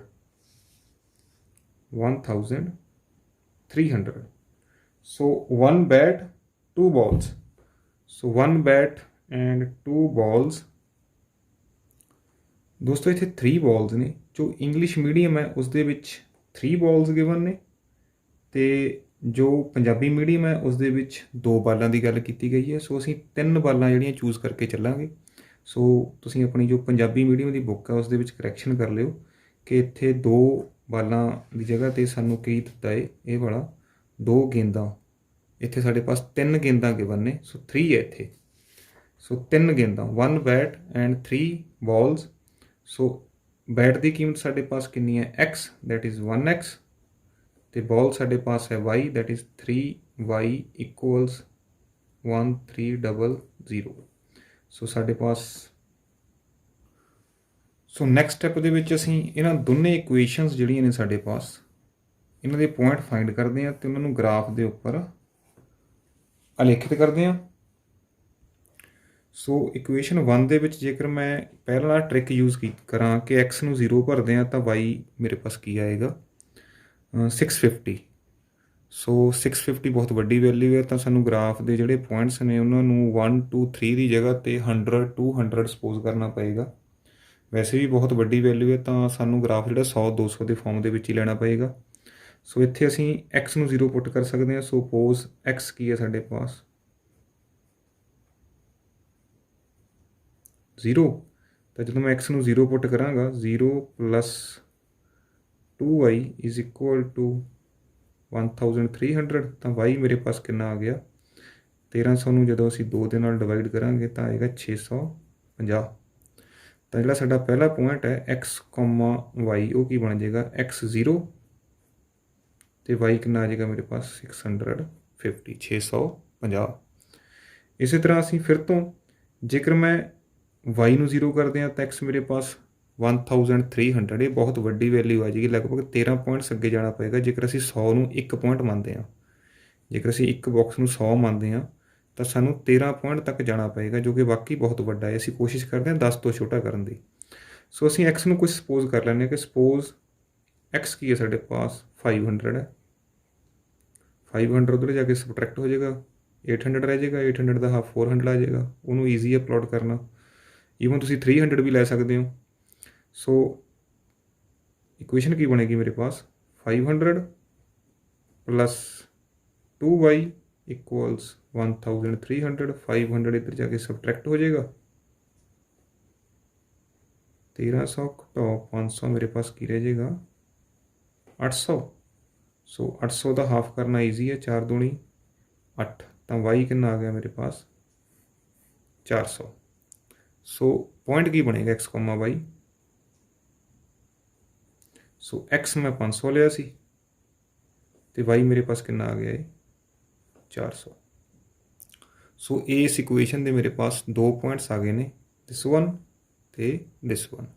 ਇਸੇ ਤਰ੍ਹਾਂ ਅਸੀਂ ਦੂਸਰੀ ਇਕੁਏਸ਼ਨ ਦੇ ਵਿੱਚ ਜੇਕਰ ਮੈਂ x 0 ਕਰਦੇ ਹਾਂ ਤਾਂ 3 ਦੇ ਟੇਬਲ ਦੇ ਉੱਪਰ ਜਿਹੜਾ 13 ਹੈ ਉਹ ਨਹੀਂ ਆਉਂਦਾ ਹੈ। ਸੋ ਮੈਨੂੰ ਇੱਥੇ x ਜਿਹੜਾ 0 ਪੁੱਟ ਨਹੀਂ ਕਰਨਾ ਚਾਹੀਦਾ। ਸੋ ਮੈਂ x ਕੀ ਪੁੱਟ ਕਰਦਾ x 100 ਪੁੱਟ ਕਰਦਾ ਹੈ, ਤਾਂ ਕਿ ਜਦੋਂ 100 ਉੱਧਰ ਜਾ ਕੇ ਸਬਟਰੈਕਟ ਹੋਏਗਾ ਇਹ ਰਹਿ ਜਾਏਗਾ 1200, ਅਤੇ 12 3 ਦੇ ਟੇਬਲ ਦੇ ਵਿੱਚ ਆਉਂਦਾ ਹੈ ਅਤੇ 12 3 ਨਾਲ ਕੱਟ ਜਾਏਗਾ। ਸੋ 100 + 3y = 1300, ਜਿਹੜਾ 100 ਹੈ ਉੱਧਰ ਜਾ ਕੇ ਕੀ ਹੋ ਜਾਏਗਾ ਸਬਟਰੈਕਟ ਹੋ ਜਾਏਗਾ। ਸੋ 3y = 1300 - 100। ਸੋ ਇਹ ਕੀ ਆ ਜਾਏਗਾ ਮੇਰੇ ਪਾਸ 3y = 1200। ਸੋ 3 ਕੈਂਸਲਸ ਆਊਟ 4 ਤੇ। ਸੋ y ਕਿੰਨਾ ਆ ਗਿਆ ਮੇਰੇ ਪਾਸ 400 400। ਸੋ 400 x 100 ਹੈ ਤਾਂ ਪੁਆਇੰਟ ਕਿੰਨਾ ਬਣਿਆ x, y ਕੀ ਬਣਿਆ ਮੇਰੇ ਪਾਸ 100, 400। ਇਸ ਨੂੰ ਅਸੀਂ ਗ੍ਰਾਫ ਦੇ ਉੱਪਰ ਲਗਾਵਾਂਗੇ। ਇਸੇ ਤਰ੍ਹਾਂ ਅਸੀਂ ਦੂਸਰਾ ਪੁਆਇੰਟ ਫਾਈਂਡ ਕਰ ਲੈਂਦੇ ਹਾਂ। x ਮੈਂ 100 ਭਰ ਲਿਆ ਤਾਂ ਨੈਕਸਟ ਟਾਈਮ ਮੈਂ 300 ਪੁੱਟ ਕਰਕੇ ਦੇਖ ਲੈਂਦਾ 1000 ਰਹਿ ਜਾਏਗਾ, ਬਟ 1000 3 ਤੇ ਕੈਂਸਲ ਆਊਟ ਨਹੀਂ ਹੋਏਗਾ। ਸੋ 400 ਪੁੱਟ ਕਰ ਲੈਂਦੇ ਹਾਂ। ਜਦੋਂ ਅਸੀਂ 400 ਪੁੱਟ ਕਰਾਂਗੇ x ਨੂੰ 400 ਉਹਦੇ ਜਾ ਕੇ ਸਬਟਰੈਕਟ ਹੋ ਜਾਏਗਾ, ਰਹੇਗਾ 900। 9 3 ਦੇ ਟੇਬਲ 'ਤੇ ਆਉਂਦਾ ਹੈ, ਕੈਂਸਲ ਆਊਟ ਹੋ ਜਾਏਗਾ। ਸੋ x ਮੈਂ ਕੀ ਚੂਜ਼ ਕਰ ਲੈਂਦਾ 400। ਸੋ 400 ਇੱਥੇ 400 ਪੁੱਟ ਕਰ ਦਿੰਦੇ ਹਾਂ ਪਲੱਸ 3y = ਸੋ 400 ਨੂੰ ਰਾਈਟ ਹੈਂਡ ਸਾਈਡ ਲੈ ਜਾਂਦੇ, 400 ਸੱਜੇ ਹੱਥ ਜਾਏਗਾ ਜਦੋਂ, ਤਾਂ ਇਹਨੂੰ ਅਸੀਂ ਕੀ ਕਰ ਦਿੰਦੇ ਹਾਂ ਸਬਟਰੈਕਟ। ਇੱਧਰ ਪੋਜ਼ੀਟਿਵ ਹੈ ਤਾਂ ਇੱਧਰ ਜਾ ਕੇ ਨੈਗੇਟਿਵ, ਤਾਂ 3y ਸਾਡੇ ਪਾਸ ਕਿੰਨਾ ਆ ਗਿਆ 900। ਸੋ 3 ਦੇ ਟੇਬਲ 'ਤੇ ਕੈਂਸਲ ਆਊਟ ਹੁੰਦਾ ਹੈ, ਤਾਂ y ਕਿੰਨਾ ਆ ਗਿਆ ਮੇਰੇ ਪਾਸ 300। ਤਾਂ ਸਾਡਾ ਪੁਆਇੰਟ ਕੀ ਬਣਿਆ x, y x 400 ਅਤੇ y 300। ਤਾਂ ਅਸੀਂ ਇਸ ਪੁਆਇੰਟ ਨੂੰ ਅਤੇ ਇਸ ਪੁਆਇੰਟ ਨੂੰ ਗ੍ਰਾਫ ਦੇ ਉੱਪਰ ਲਾਵਾਂਗੇ, ਇਸੇ ਤਰ੍ਹਾਂ ਇਸ ਅਤੇ ਇਸ ਪੁਆਇੰਟ ਨੂੰ ਗ੍ਰਾਫ ਦੇ ਉੱਪਰ ਲਗਾਵਾਂਗੇ, ਅਤੇ ਜੋ ਸਾਡੇ ਦੋਨੇ ਪੁਆਇੰਟਸ ਹੋਣਗੇ ਇਹਨਾਂ ਨੂੰ ਅਸੀਂ ਮਿਲਾ ਕੇ ਜਿਹੜੀ ਲਾਈਨ ਹੈ ਉਹ ਡਰਾ ਕਰਾਂਗੇ। ਸੋ ਆਪਾਂ ਗੱਲ ਕੀਤੀ ਸੀ ਕਿ ਜਿਹੜਾ ਸਾਡਾ ਪੁਆਇੰਟ ਹੈ ਬਹੁਤ ਵੱਡੇ ਆ ਰਹੇ ਨੇ। ਸੋ ਅਸੀਂ ਜਿਹੜਾ ਇਸ ਦਾ ਸਾਈਜ਼ ਹੈ ਇਸਨੂੰ ਅਸੀਂ 100 ਸਪੋਜ਼ ਕਰ ਲਿਆ, 100 1 ਨਹੀਂ ਮੰਨਿਆ, ਇਸ ਨੂੰ 100 ਮੰਨਿਆ, 100 200 300 400 ਇਸੇ ਤਰ੍ਹਾਂ ਇੱਧਰ ਵੀ। ਸੋ ਜੋ ਇਸ ਦਾ ਸਕੇਲ ਹੈ ਅਸੀਂ 1 ਸੈਂਟੀਮੀਟਰ ਨੂੰ 100 ਸਪੋਜ਼ ਕੀਤਾ ਹੈ। ਸੋ ਫਸਟ ਪੁਆਇੰਟ ਸਾਡੇ ਪਾਸ ਸੀ 0,650 0,650। ਅਸੀਂ ਐਕਸ ਐਕਸਿਸ ਵੱਲ ਬਿਲਕੁਲ ਮੂਵ ਨਹੀਂ ਹੋਣਾ ਹੈ, ਵਾਈ ਐਕਸਿਸ ਵੱਲ ਮੂਵ ਹੋਣਾ ਹੈ 650। ਸੋ 600 ਤਾਂ ਇਹ ਹੈ ਸਾਡਾ, ਅਤੇ 600 ਅਤੇ 700 ਦੇ ਬਿਲਕੁਲ ਹਾਫ ਦੇ ਵਿੱਚ ਇੱਕ ਲਾਈਨ ਜਾਂਦੀ ਹੈ, ਤਾਂ ਇਹ ਸਾਡਾ ਕੀ ਹੋਗਾ 650 0,650। ਸੋ ਜੋ ਅਸੀਂ ਕੁਐਸਚਨ ਸੋਲਵ ਕਰ ਰਹੇ ਹਾਂ ਐਸ ਪਰ ਇੰਗਲਿਸ਼ ਮੀਡੀਅਮ ਜੋ ਬੁੱਕ ਦੇ ਵਿੱਚ ਗਿਵਨ ਹੈ, ਪੰਜਾਬੀ ਮੀਡੀਅਮ ਦੇ ਵਿੱਚ 2x ਹੈ, 2 ਬਾਲਸ ਨੇ, ਅਤੇ ਇੰਗਲਿਸ਼ ਮੀਡੀਅਮ ਵਿੱਚ 3 ਬਾਲਸ ਨੇ, ਤਾਂ ਅਸੀਂ 3 ਚੂਜ਼ ਕੀਤਾ ਹੈ, ਉਸ ਦੇ ਅਕੋਰਡਿੰਗ ਸੋਲਵ ਕਰ ਰਹੇ ਹਾਂ। ਦੂਸਰਾ ਸਾਡੇ ਪਾਸ ਪੁਆਇੰਟ ਸੀ 500,400 ਇਸੇ ਇਕੁਏਸ਼ਨ ਦਾ। ਐਕਸ ਵੱਲ ਅਸੀਂ 500 ਜਾਣਾ ਸੀ, ਅਤੇ ਵਾਈ ਵੱਲ ਅਸੀਂ ਇੱਥੋਂ 400, ਤਾਂ ਸਾਡਾ 400 ਕਿੱਥੇ ਆਉਂਦਾ ਹੈ, ਇਹ ਆਉਂਦਾ ਹੈ। ਸੋ ਇਹ ਹੋ ਗਿਆ ਪੁਆਇੰਟ 500,400। ਸੋ ਸਕੇਲ ਦੇ ਨਾਲ ਅਸੀਂ ਇਹਨਾਂ ਨੂੰ ਮਿਲਾ ਦਿੰਦੇ ਹਾਂ।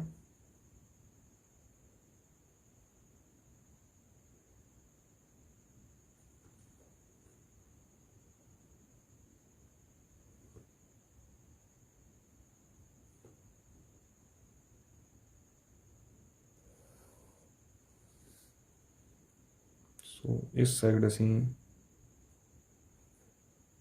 ਇਕੁਏਸ਼ਨ ਦਾ ਨਾਮ ਲਿਖ ਦਿੰਦੇ ਹਾਂ x + 2y = 1300।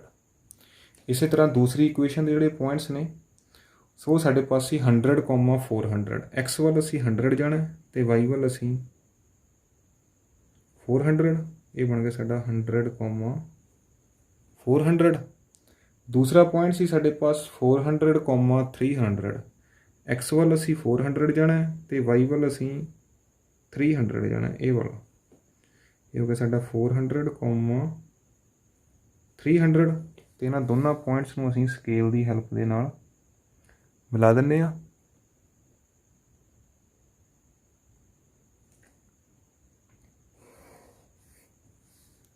ਸੋ ਇਹ ਸਾਡੀ ਦੂਸਰੀ ਇਕੁਏਸ਼ਨ ਦਾ ਗ੍ਰਾਫ ਜਿਹੜਾ ਇਹ ਬਣ ਗਿਆ। ਇਹ ਸਾਡੀ ਇਕੁਏਸ਼ਨ ਸੀ x + 3y = 1300। ਸੋ ਇੱਥੇ ਸਾਡਾ ਕੁਐਸਚਨ ਨੰਬਰ 2 ਜਿਹੜਾ ਹੈ ਉਹ ਕੰਪਲੀਟ ਹੋ ਗਿਆ ਹੈ, ਕਿਉਂਕਿ ਇਸ ਦੇ ਵਿੱਚ ਜਿਹੜੀਆਂ ਵੈਲਿਊਜ਼ ਸੀ x ਅਤੇ y ਦੀਆਂ ਉਹ ਕਾਫੀ ਵੱਡੀਆਂ ਸੀ। ਇਸ ਕਰਕੇ ਜਿਹੜਾ ਗ੍ਰਾਫ ਦਾ ਅਸੀਂ ਸਕੇਲ ਲਿਆ ਹੈ ਇਹ ਵਾਲਾ, ਇਹ 1 2 3 ਨਹੀਂ ਲਿਆ, ਅਸੀਂ 100 200 100 ਦਾ ਲਿਆ ਹੈ। ਸੋ ਸਾਰਿਆਂ ਦੇ ਵਿੱਚ 100 ਦਾ ਗੈਪ ਹੈ। ਸੋ ਇਸ ਗੱਲ ਦਾ ਧਿਆਨ ਰੱਖਣਾ ਹੈ ਕਿ ਜੇਕਰ ਵੈਲਿਊਜ਼ ਵੱਡੀਆਂ ਹੋਣ ਤਾਂ ਉਸ ਦੇ ਅਕੋਰਡਿੰਗ ਜਿਹੜਾ ਗ੍ਰਾਫ ਦਾ ਸਕੇਲ ਹੈ ਤੁਸੀਂ ਉਸ ਨੂੰ ਚੂਜ਼ ਕਰ ਲੈਣਾ ਹੈ। ਵੈਸੇ ਇੰਨਾ ਲੈਂਥੀ ਜਾਂ ਇੰਨਾ ਵੱਡਾ ਜਿਹੜਾ ਕੁਐਸਚਨ ਹੈ ਉਹ ਐਗਜ਼ਾਮ ਦੇ ਵਿੱਚ ਨਹੀਂ ਮਿਲਦਾ ਹੈ, ਬਟ ਸਟਿਲ ਜੇਕਰ ਕਦੇ ਆ ਜੇ ਅਨਫੋਰਚੂਨੇਟਲੀ ਤਾਂ ਤੁਹਾਨੂੰ ਪਤਾ ਹੋਣਾ ਚਾਹੀਦਾ ਹੈ। ਸੋ ਇਸ ਤੋਂ ਬਾਅਦ ਹੈ ਸਾਡੇ ਪਾਸ question number 3। So question number 3 ਦੇ ਵਿੱਚ ਸਾਨੂੰ ਗਿਵਨ ਹੈ cost of 2 kilogram of apples and 1 kilogram of grapes on a day was found to be ₹160। So ਅਸੀਂ 2 ਕਿਲੋ ਸੇਬ ਅਤੇ 1 ਕਿਲੋ ਅੰਗੂਰ ਖਰੀਦੇ ਅਤੇ ਉਹਨਾਂ ਦਾ ਮੁੱਲ ਜਿਹੜਾ ਬਣਿਆ ਮਿਲਾ ਕੇ ₹160 160 ਬਣਿਆ। ਸੋ ਸਾਡੇ ਪਾਸ ਦੋ ਆਈਟਮਸ ਨੇ, ਸੇਬ ਨੇ ਅਤੇ ਅੰਗੂਰ ਨੇ, ਦੋਨਾਂ ਦਾ ਜਿਹੜਾ ਰੇਟ ਹੈ, ਦੋਨਾਂ ਦਾ ਜਿਹੜੀ ਕੀਮਤ ਹੈ ਉਹ ਸਾਨੂੰ ਨਹੀਂ ਪਤਾ ਹੈ। ਕਹਿਣ ਤੋਂ ਭਾਵ ਸਾਡੇ ਪਾਸ ਦੋ ਅਨਨੋਨ ਵੈਲਿਊਜ਼ ਨੇ, ਅਗਿਆਤ ਸੰਖਿਆਵਾਂ ਨੇ। 1 ਮਹੀਨੇ ਬਾਅਦ 4 ਕਿਲੋ ਸੇਬ ਅਤੇ 2 ਕਿਲੋ ਅੰਗੂਰ ਦਾ ਮੁੱਲ 300 ਹੋ ਜਾਂਦਾ ਹੈ। ਇਸ ਸਥਿਤੀ ਨੂੰ ਬੀਜ ਗਣਿਤਕ ਅਤੇ ਜਮੈਤੀ ਰੂਪ ਵਿੱਚ ਦਰਸਾਓ। So after month the cost of 4 kg apples and 2 kg grapes is 300। ਜੇਕਰ ਅਸੀਂ ਦੋ ਚੱਲ ਵਾਲੇ ਰੇਖੀ ਸਮੀਕਰਨ ਦੀ ਗੱਲ ਕਰੀਏ ਤਾਂ ਉਸ ਦੇ ਅਕੋਰਡਿੰਗ ਜਿਹੜਾ ਕੁਐਸਚਨ ਉਹ ਸਹੀ ਨਹੀਂ ਹੈ, ਕਿਉਂਕਿ 2 ਮਹੀਨਿਆਂ ਬਾਅਦ ਜਿਹੜੀ ਕੀਮਤ ਹੈ ਉਹ ਚੇਂਜ ਹੋ ਗਈ ਹੈ। ਬਟ ਇਸ ਕੁਐਸਚਨ ਦੀ ਜੇਕਰ ਅਸੀਂ ਗੱਲ ਕਰੀਏ, ਜੇਕਰ ਅਸੀਂ ਆਪਣੀ ਕਲਾਸ ਦੀ ਗੱਲ ਕਰੀਏ ਤਾਂ ਅਸੀਂ ਇਹ ਮੰਨ ਕੇ ਚੱਲਦੇ ਹਾਂ ਕਿ ਮਹੀਨੇ ਦੇ ਬਾਅਦ ਜਿਹੜੀ ਕੀਮਤ ਹੈ ਉਹ ਸੇਮ ਹੈ ਅਤੇ ਅਸੀਂ 4 ਕਿਲੋ ਅਤੇ 2 ਕਿਲੋ ਗ੍ਰੇਪਸ ਜਿਹੜੀਆਂ ਖਰੀਦ ਰਹੇ ਹਾਂ ਅਤੇ ਉਹਦੇ ਵਾਸਤੇ ਅਸੀਂ ₹300 ਜਿਹੜਾ ਇਹ ਪੇ ਕਰ ਰਹੇ ਹਾਂ। ਸੋ ਸਾਡੇ ਪਾਸ ਦੋ ਅਨਨੋਨ ਵੈਲਿਊਜ਼ ਨੇ, cost of 1 kilogram of apple ਅਤੇ cost of 1 kilogram of grapes. ਇਹ ਸਾਡੇ ਪਾਸ ਮਿਸਿੰਗ ਨੇ, ਇਹ ਅਸੀਂ ਫਾਈਂਡ ਕਰਾਂਗੇ ਅਤੇ ਕੰਡੀਸ਼ਨਸ ਅਸੀਂ ਇੱਥੋਂ ਲੈ ਕੇ ਦੋ ਇਕੁਏਸ਼ਨਸ ਬਣਾਵਾਂਗੇ ਅਤੇ ਉਸ ਨੂੰ ਗ੍ਰਾਫ ਦੇ ਉੱਪਰ ਪਲਾਟ ਕਰਾਂਗੇ। ਸੋ ਸਾਡੇ ਪਾਸ ਕੀ ਮਿਸਿੰਗ ਹੈ? Cost of 1 kg Apple, 1 kilo ਸੇਬਾਂ ਦੀ ਕੀਮਤ ਅਸੀਂ ਮੰਨ ਲੈਂਦੇ ਹਾਂ ਕਿ x ਰੁਪਏ ਹੈ ਜੀ, ₹x ਹੈ 1 ਕਿਲੋ ਦੀ। ਇਸੇ ਤਰ੍ਹਾਂ 1 kilo grapes, 1 kg grapes, 1 kilo ਅੰਗੂਰ ਦੀ ਜਿਹੜੀ ਕੀਮਤ ਹੈ ਉਸ ਨੂੰ ਅਸੀਂ ਕੀ ਮੰਨ ਲੈਂਦੇ ਹਾਂ, ₹y ਹੈ। ਸੋ ਪਹਿਲੀ ਵਾਰ ਅਸੀਂ 2 ਕਿਲੋ ਐਪਲ, 2 kg ਐਪਲ ਅਤੇ 1 kg ਗ੍ਰੇਪਸ। 1 ਕਿਲੋ ਅਸੀਂ ਅੰਗੂਰ, 2 ਕਿਲੋ ਸਿਓ ਅਤੇ 1 ਕਿਲੋ ਅੰਗੂਰ ਖਰੀਦੇ ਅਤੇ ਦੋਨਾਂ ਨੂੰ ਮਿਲਾ ਕੇ ਅਸੀਂ ਕਿੰਨਾ ਪੇ ਕੀਤਾ? 160 ਰੁਪਏ, 160। ਸੋ 160 ਰੁਪਏ ਪੇ ਕੀਤਾ ਅਸੀਂ। 2 ਕਿਲੋ ਐਪਲ, 1 ਕਿਲੋ ਦੇ ਲਈ x ਹੈ ਅਤੇ 2 ਕਿਲੋ ਦੇ ਲਈ 2x। 1 ਕਿਲੋ ਦੇ ਲਈ ਅਸੀਂ y ਯੂਜ਼ ਕੀਤਾ ਹੈ, ਤਾਂ y ਮਿਲ ਕੇ ਕਿੰਨਾ ਬਣਦਾ? 160। ਤਾਂ ਸਾਡੀ ਜਿਹੜੀ ਪਹਿਲੀ ਕੰਡੀਸ਼ਨ ਹੈ ਉਹ ਇਹ ਬਣ ਗਈ ਇਕੁਏਸ਼ਨ 2x + y = 160। ਇਸੇ ਤਰ੍ਹਾਂ ਦੂਸਰੀ ਸਿਚੁਏਸ਼ਨ ਦੇ ਵਿੱਚ ਅਸੀਂ 4 ਕਿਲੋ ਸੇਬ, 4 kg ਐਪਲ, 4 ਕਿਲੋ ਸੇਬ ਖਰੀਦੇ ਨੇ, ਪਲੱਸ 2 ਕਿਲੋ ਅੰਗੂਰ ਖਰੀਦੇ ਨੇ, 2 kg ਗ੍ਰੇਪਸ। ਸੋ ਇਹ ਸਾਡੇ ਪਾਸ ਗ੍ਰੇਪਸ ਆ ਗਏ ਨੇ ਅਤੇ ਇਹਨਾਂ ਨੂੰ ਮਿਲਾ ਕੇ ਅਸੀਂ ਕਿੰਨਾ ਪੇ ਕੀਤਾ ਹੈ? 300 ਰੁਪਏ ਅਸੀਂ ਪੇ ਕੀਤਾ ਹੈ। ਸੋ 4 kg ਦੇ ਲਈ 4x, 2 kg ਦੇ ਲਈ 2y, ਕਿਉਂਕਿ 1 ਕਿਲੋ ਦੀ ਕੀਮਤ x ਹੈ ਤਾਂ 4 ਦੀ 4x ਹੋਏਗੀ। 1 ਕਿਲੋ ਦੀ ਕੀਮਤ y ਹੈ ਤਾਂ 2 ਕਿਲੋ ਦੀ ਕੀਮਤ 2y ਹੋਏਗੀ ਅਤੇ ਦੋਨਾਂ ਨੂੰ ਮਿਲਾ ਕੇ ਕਿੰਨਾ ਆਉਂਦਾ ਹੈ? 300 ਰੁਪਏ ਅਸੀਂ ਪੇ ਕਰਦੇ ਹਾਂ। ਸੋ ਜੇਕਰ ਮੈਂ ਇਸ ਇਕੁਏਸ਼ਨ ਨੂੰ, ਇਸ ਸਮੀਕਰਨ ਨੂੰ ਧਿਆਨ ਨਾਲ ਦੇਖਾਂ, ਇਹ ਵੀ 2 ਦੇ ਟੇਬਲ 'ਚ ਆਉਂਦਾ ਹੈ, 2 ਦੇ ਪਹਾੜੇ 'ਚ, ਇਹ ਵੀ 2 ਦੇ ਪਹਾੜੇ 'ਚ ਅਤੇ ਇਹ ਵੀ 2 ਦੇ ਪਹਾੜੇ 'ਚ 30। ਸੋ ਮੈਂ ਸਾਰੇ ਸਮੀਕਰਨ ਨੂੰ 2 ਨਾਲ ਭਾਗ ਦੇ ਦਿੰਦਾ ਹੈ। 2 ਦੂਣੀ 4, 2 ਏਕਮ 2 ਅਤੇ 4 ਦਾਦ 2, 2 ਦਾਦ 1 ਤਾਂ 300 ਦਾਦ 150। ਸੋ ਦੂਸਰਾ ਸਮੀਕਰਨ ਸਾਡੇ ਪਾਸ ਕੀ ਬਣ ਗਿਆ ਹੈ? ਇਹ ਵਾਲਾ। ਇਹ ਸੈਕਿੰਡ ਹੈ ਅਤੇ ਇਹ ਫਸਟ ਹੈ। ਅਤੇ ਇਸ ਨੂੰ ਅਸੀਂ ਗ੍ਰਾਫ ਦੇ ਉੱਪਰ ਜਿਹੜਾ ਇਹ ਬਣਾਉਣਾ ਹੈ। ਸੋ ਦੋਨਾਂ ਦੇ ਅਸੀਂ 2-2 ਪੁਆਇੰਟ ਜਿਹੜੇ ਨੇ ਪਹਿਲਾਂ ਦੀ ਤਰ੍ਹਾਂ ਫਾਈਂਡ ਕਰਦੇ ਹਾਂ ਅਤੇ ਗ੍ਰਾਫ ਦੇ ਉੱਪਰ ਰਿਪਰਜੈਂਟ ਕਰਦੇ ਹਾਂ। ਸੋ ਅਸੀਂ ਪਹਿਲਾਂ ਵਾਲੀ ਟ੍ਰਿਕ ਜਿਹੜੀ ਹੈ ਉਹ ਯੂਜ਼ ਕਰਦੇ ਹਾਂ ਕਿ ਇੱਕ ਵਾਰ ਅਸੀਂ x ਨੂੰ 0 ਪੁੱਟ ਕਰਦੇ ਹਾਂ ਅਤੇ y ਫਾਈਂਡ ਕਰਦੇ ਹਾਂ, ਜਾਂ y ਨੂੰ ਯੂਜ਼ ਕਰਦੇ ਹਾਂ 0 ਪੁੱਟ ਕਰਦੇ ਹਾਂ ਅਤੇ x ਫਾਈਂਡ ਕਰਦੇ ਹਾਂ। ਸੋ ਅਸੀਂ ਕੋਸ਼ਿਸ਼ ਕਰਨੀ ਹੈ ਜਿਹੜੀ ਸਾਡੀ ਵੈਲਿਊ ਹੈ ਉਹ 10 ਡੱਬੇ, ਜਿਹੜੇ 10 ਬਾਕਸਿਸ ਨੇ ਇਹਨਾਂ ਦੇ ਵਿੱਚ ਫਿੱਟ ਹੋ ਜੇ, ਕਿਉਂਕਿ ਇੱਥੇ ਸਾਡੇ ਪਾਸ ਵੈਲਿਊ ਕਾਫੀ ਵੱਡੀ ਹੈ ਤਾਂ ਅਸੀਂ ਜਿਹੜਾ ਸਾਈਜ਼ ਲਵਾਂਗੇ ਬਾਕਸ ਦਾ 10 ਲਵਾਂਗੇ, 10, 20, 30, 40। ਸੋ ਜੇ ਮੈਂ y 0 ਕਰਦੇ ਹਾਂ ਤਾਂ 2 ਦੇ ਟੇਬਲ 'ਤੇ ਕੈਂਸਲ ਆਊਟ ਹੋ ਜਾਏਗਾ, 80 ਆ ਜਾਏਗਾ। ਸੋ ਪੁੱਟ y = 0। ਸੋ y 0 ਹੋ ਗਿਆ ਤਾਂ ਮੇਰੇ ਪਾਸ ਕੀ ਰਹਿ ਗਿਆ ਇਸ ਸਾਈਡ? 2x = 160। ਸੋ 2 'ਤੇ ਕੈਂਸਲ ਆਊਟ ਹੋ ਜਾਏਗਾ 8 'ਤੇ। ਸੋ ਦਿਸ ਇੰਪਲਾਈਜ਼ x ਕਿੰਨਾ ਆ ਗਿਆ ਮੇਰੇ ਪਾਸ? 80। ਸੋ ਮੇਰਾ ਜਿਹੜਾ ਫਸਟ ਪੁਆਇੰਟ ਹੈ x, y, x 80 ਅਤੇ y 0। ਹੁਣ ਜੇਕਰ ਮੈਂ x ਨੂੰ 0 ਪੁੱਟ ਕਰਦੇ ਹਾਂ ਇੱਥੇ ਤਾਂ y ਮੇਰੇ ਪਾਸ ਕਿੰਨਾ ਆਏਗਾ? 160। ਕਾਫੀ ਵੱਡੀ ਵੈਲਿਊ ਹੈ, ਮੈਨੂੰ 16 ਬਾਕਸਿਸ ਚਾਹੀਦੇ ਨੇ। ਸੋ ਇਸ ਦੇ ਲਈ ਮੈਨੂੰ ਥੋੜ੍ਹਾ ਜਿਹਾ ਇਸ ਨੂੰ ਛੋਟਾ ਕਰਨਾ ਚਾਹੀਦਾ ਹੈ। 160 ਕਾਫੀ ਵੱਡੀ ਹੈ। ਸੋ y ਜੇਕਰ ਮੈਂ x ਜੇ ਮੈਂ 50 ਪੁੱਟ ਕਰਦੇ ਹਾਂ ਜਾਂ 30 ਪੁੱਟ ਕਰਦੇ ਹਾਂ, 30 × 2 = 60। 60 ਉੱਤੇ ਜਾ ਕੇ ਮਾਈਨਸ ਹੋ ਜਾਏਗਾ, 100 ਆਏਗਾ। ਜੇ 40 ਪੁੱਟ ਕਰਦੇ ਹਾਂ ਜਾਂ 50 ਪੁੱਟ ਕਰਦੇ ਹਾਂ, ਪੁੱਟ x = 50। ਜਿਵੇਂ 50 ਪੁੱਟ ਕਰਦੇ ਹਾਂ, 50 ਦੂਣੀ 100। ਸੋ 2 × 50, ਤੁਸੀਂ ਕੋਈ ਵੀ ਵੈਲਿਊ ਪੁੱਟ ਕਰ ਸਕਦੇ ਹੋ, x ਦੀ ਪੁੱਟ ਕਰ ਸਕਦੇ ਹੋ, y ਦੀ ਪੁੱਟ ਕਰ ਸਕਦੇ ਹੋ, ਕੋਈ ਇਸ਼ੂ ਨਹੀਂ ਹੈ। ਸੋ ਇਹ ਕੀ ਹੋ ਗਿਆ? 100। ਸੋ 100 ਇੱਧਰ ਐਡ ਹੋ ਰਿਹਾ, ਉੱਧਰ ਜਾ ਕੇ ਕੀ ਹੋਏਗਾ? Subtract. So y = 160 - 100, that means 60। ਜਿਹੜੀ ਵੀ ਤੁਹਾਨੂੰ ਵੈਲਿਊ ਕਨਵੀਨੀਅੰਟ ਲੱਗਦੀ ਹੈ ਤੁਸੀਂ ਉਹ ਪੁੱਟ ਕਰ ਸਕਦੇ ਹੋ। ਜੇ x ਕਨਵੀਨੀਅੰਟ ਲੱਗਦਾ ਹੈ x ਪੁੱਟ ਕਰ ਸਕਦੇ ਹੋ, y ਕਨਵੀਨੀਅੰਟ ਲੱਗਦਾ y ਪੁੱਟ ਕਰ ਸਕਦੇ ਹੋ। ਕੁਐਸਚਨ ਆਸਾਨ ਹੋਣਾ ਚਾਹੀਦਾ ਹੈ। ਸੋ ਦੂਸਰਾ ਪੁਆਇੰਟ ਸਾਡਾ ਕੀ ਆ ਗਿਆ? x, y। x ਮੈਂ 50 ਪੁੱਟ ਕੀਤਾ ਸੀ ਅਤੇ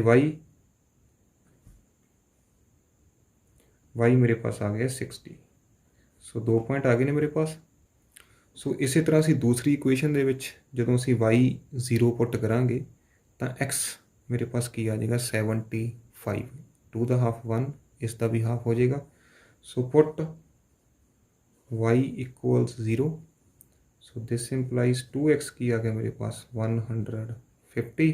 ਸੋ ਇਹ 2 ਦਾ ਹਾਫ 1 ਹੁੰਦਾ ਹੈ ਅਤੇ 150 ਦਾ ਹਾਫ ਕੀ ਹੋਏਗਾ? 75।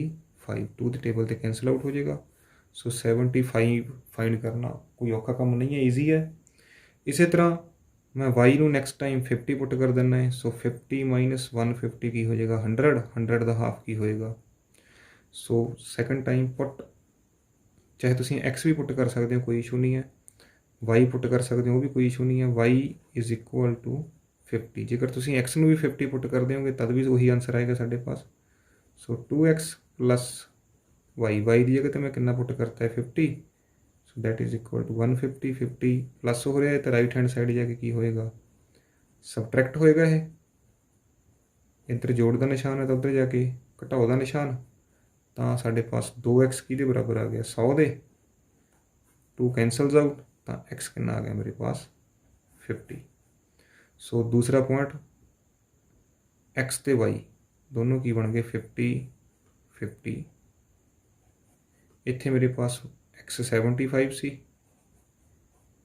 ਤੇ y ਮੇਰੇ ਪਾਸ 0 ਸੀ। ਇਹ 2 ਪੁਆਇੰਟ ਆ ਗਏ ਨੇ, ਤਾਂ ਇਹਨਾਂ ਨੂੰ ਅਸੀਂ ਗ੍ਰਾਫ ਦੇ ਉੱਪਰ ਕੀ ਕਰ ਲੈਂਦੇ ਹਾਂ, ਪਲਾਟ ਕਰ ਲੈਂਦੇ ਹਾਂ।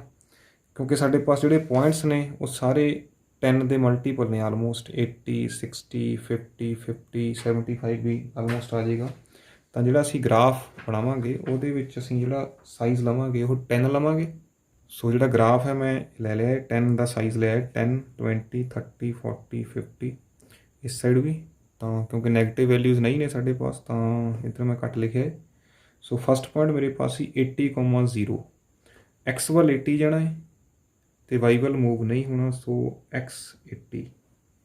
ਸੋ ਇਹ ਮੇਰੇ ਪਾਸ ਪੁਆਇੰਟ ਆ ਗਿਆ 80,0। ਦੂਸਰਾ ਪੁਆਇੰਟ ਸੀ ਸਾਡੇ ਪਾਸ 50,60। x ਪਰ 50 ਅਤੇ y ਵੱਲ 60। ਸੋ ਇੱਥੇ ਆਉਂਦਾ ਸਾਡੇ ਪਾਸ ਪੁਆਇੰਟ x ਵੱਲ 50, ਇੱਥੋਂ ਟਰਨ ਲੈ ਕੇ y ਵੱਲ 60 ਤਾਂ ਇਹ ਸਾਡਾ ਪੁਆਇੰਟ ਬਣ ਗਿਆ 50,60। ਅਤੇ ਇਸ ਨੂੰ ਅਸੀਂ ਗ੍ਰਾਫ ਨੂੰ ਦੋਨੋਂ ਲਾਈਨਸ ਨੂੰ ਪੁਆਇੰਟਸ ਨੂੰ ਸਕੇਲ ਦੇ ਨਾਲ ਕੀ ਕਰ ਦੇਣਾ ਹੈ, ਮਿਲਾ ਦਿੰਦੇ ਹਾਂ। ਅਤੇ ਇਸ ਦੇ ਇੱਕ ਸਿਰੇ ਦੇ ਉੱਪਰ ਇਕੁਏਸ਼ਨ ਦਾ ਜਿਹੜਾ ਨਾਂ ਹੈ, ਸਮੀਕਰਨ ਦਾ ਨਾਂ ਹੈ, ਉਹ ਲਿਖ ਦੇਣਾ ਹੈ। ਇਹ ਸਾਡੇ ਪਾਸ 2x ਪਲੱਸ y ਇਕੁਅਲਸ 160। ਇਸੇ ਤਰ੍ਹਾਂ ਦੂਸਰੀ ਇਕੁਏਸ਼ਨ ਦੇ ਜਿਹੜੇ 2 ਪੁਆਇੰਟ ਸੀ ਉਹ ਸੀ 75,0। x ਵੱਲ 75 ਜਾਣਾ ਹੈ। ਸੋ 70 80 ਤਾਂ ਰਸਤੇ ਦੇ ਵਿੱਚ ਇਹ ਛੋਟਾ ਜਿਹਾ ਲਾਈਨ ਹੈ, ਇਹ ਸਾਡਾ ਕੀ ਹੈ 75,0। ਅਤੇ ਦੂਸਰਾ ਪੁਆਇੰਟ ਹੈ ਸਾਡੇ ਪਾਸ 50,50। x ਵੱਲ 50 ਜਾਣਾ ਹੈ ਅਤੇ y ਵੱਲ ਵੀ 50 ਜਾਣਾ ਹੈ। ਸੋ ਇਹ ਸਾਡਾ ਪੁਆਇੰਟ ਹੋ ਗਿਆ 50,50। ਤਾਂ ਅਸੀਂ ਦੋਨੋਂ ਪੁਆਇੰਟਸ ਨੂੰ ਸਕੇਲ ਦੀ ਹੈਲਪ ਦੇ ਨਾਲ ਫਿਰ ਤੋਂ ਮਿਲਾ ਦਿੰਦੇ ਹਾਂ। ਆਲਮੋਸਟ ਪੈਰਲਲ ਲਾਈਨਸ ਆ ਰਹੀਆਂ ਨੇ, ਸੋ ਸਮਾਨਾਂਤਰ ਰੇਖਾਵਾਂ। ਅਤੇ ਦੂਸਰੀ ਇਕੁਏਸ਼ਨ ਦਾ ਨਾਮ ਵੀ ਅਸੀਂ ਇੱਥੇ ਲਿਖ ਦਿੰਦੇ ਹਾਂ, that is 2x plus y is equal to 150। So ਇੱਥੇ ਜਿਹੜਾ ਤੁਹਾਡਾ ਕੁਐਸਚਨ ਨੰਬਰ 3 ਹੈ ਐਕਸਰਸਾਈਜ਼ 3.1 ਦਾ ਕੰਪਲੀਟ ਹੋ ਗਿਆ ਹੈ। ਆਲਮੋਸਟ ਇਸੇ ਮੈਥਡ ਦੇ ਬੇਸਡ ਐਕਸਰਸਾਈਜ਼ 3.2 ਦਾ ਜਿਹੜਾ ਕੁਐਸਚਨ ਨੰਬਰ 1 ਹੈ ਉਸ ਦੇ 2 ਪਾਰਟਸ ਜਾਂ 3 ਪਾਰਟਸ ਨੇ ਆਈ ਥਿੰਕ ਉਹ ਹੈ। ਉਮੀਦ ਹੈ ਤੁਹਾਨੂੰ ਜਿਹੜੇ ਕੁਐਸਚਨਸ ਨੇ ਉਹ ਸਮਝ ਆਏ ਹੋਣਗੇ। ਜੇਕਰ ਵੀਡੀਓ ਅੱਛੀ ਲੱਗੇ ਤਾਂ ਪਲੀਜ਼ ਵੀਡੀਓ ਨੂੰ ਲਾਈਕ ਅਤੇ ਸ਼ੇਅਰ ਜ਼ਰੂਰ ਕਰ ਦਿਓ। ਜੇਕਰ ਤੁਹਾਡੀ ਕੋਈ ਵੀ ਡਾਊਟ ਹੈ ਜਾਂ ਕਿਸੇ ਵੀ ਤਰ੍ਹਾਂ ਦਾ ਕੋਈ ਫੀਡਬੈਕ ਹੈ ਪਲੀਜ਼ ਕੌਮੈਂਟ ਸੈਕਸ਼ਨ ਦੇ ਵਿੱਚ ਜਾ ਕੇ ਕੌਮੈਂਟ ਜ਼ਰੂਰ ਕਰ ਦਿਆ ਕਰੋ। ਹੋਰ ਵੀ ਵਧੇਰੇ ਵੀਡੀਓਜ਼ ਦੇ ਲਈ ਮੇਰੇ ਚੈਨਲ ਨੂੰ ਸਬਸਕ੍ਰਾਈਬ ਕਰੋ। ਚੈਨਲ 'ਤੇ ਆਉਣ ਲਈ ਧੰਨਵਾਦ।